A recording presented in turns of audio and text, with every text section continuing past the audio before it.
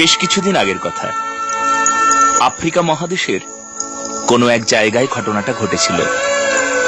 একটা বাস ভর্তি মানুষ এক দেশ থেকে আরেক দেশে যাচ্ছিল। রোডের দুই পাশে প্রচুর গাছ। যাত্রার মাঝখানে শুরু হলো প্রচন্ড বৃষ্টি আর মুহুর্মুহু বাজ। একটার পর একটা বাজ পড়া শুরু করলো বাসের আশেপাশে। সেই বাজগুলো পড়া, বাসটা প্রতিবারই অল্পের জন্য বেঁচে যাচ্ছিল। পুরো বাসের সব মানুষ তখন ভয়ে কাঁপাকাঁপি অবস্থা। বাস ড্রাইভার দ্রুত বাসটাকে একটা খোলা জায়গায় নিয়ে গেল, গাছপালা থেকে দূরে। সেখানে বাস থামিয়ে সব যাত্রীদেরকে বলল, আমাদের মাঝে কারো একজন আজ মৃত্যু নিশ্চিত। তাকে পেতেই মৃত্যুদূত আমাদের উপর বাজ ফেলছে। সেই একজনের জন্য আজ আমাদের সবাইকে মরতে হতে পারে। তাই চলুন আমরা এক কাজ করি, বাস থেকে একজন করে নেমে ওই গাছগুলো ছুঁয়ে আবার বাসে ব্যাক করি। যার জন্য মৃত্যুদূত ওত পেতে আছে তাকে নিয়ে যাক, বাকিরা বেঁচে থাকুক। কথাটা সবার মনে ধরল, ভয়ও পেল সবাই। এক এক করে সবাই গাছগুলো ছুঁয়ে আসা শুরু করলো।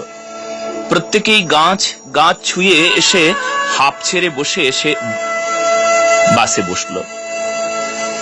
তখন কেবল বাসের শেষ যাত্রীটার যাওয়া বাকি। বাসের সবাই যাত্রীরা বুঝলো ওই শেষ যাত্রীর জন্যই আজ তাদের দুর্দশা। তাই তারা জোর করে টেনে হিচড়ে শেষ যাত্রীকে বাস থেকে নামিয়ে দিল। মানুষটা কাঁদতে কাঁদতে গাছগুলোর দিকে এগোনো শুরু করলো। মাত্র বাসের ড্রাইভার বাস চালু করে দিল, হঠাৎ আকাশ বাতাস কাঁপিয়ে বাজ পড়ল। বিচ্ছুরিত আলোয় চারিদিকে ঝলসে উঠল। অবাক বিস্ময়ে সেই শেষ যাত্রী চোখ খুলে দেখল তাকে ছেড়ে যাওয়া বাসটা আগুনে পুড়ে ছাই হয়ে গেল। বাসের ভেতরে থাকা একটা যাত্রী বেঁচে থাকার কোনো সম্ভাবনা নেই। এতক্ষণ সে ভেতরে ছিল বলে মৃত্যুদূত কাউকে ছুঁতে পারছিল না। আসলে সেই মানুষটাই ছিল ভক্ত, বৈষ্ণব। যদি বৈষ্ণবের ছত্র ছায়ায় কেউ থাকে তবে মৃত্যুদূত ভয় পায়। এই গল্পের সার কথা। ধন্যবাদ।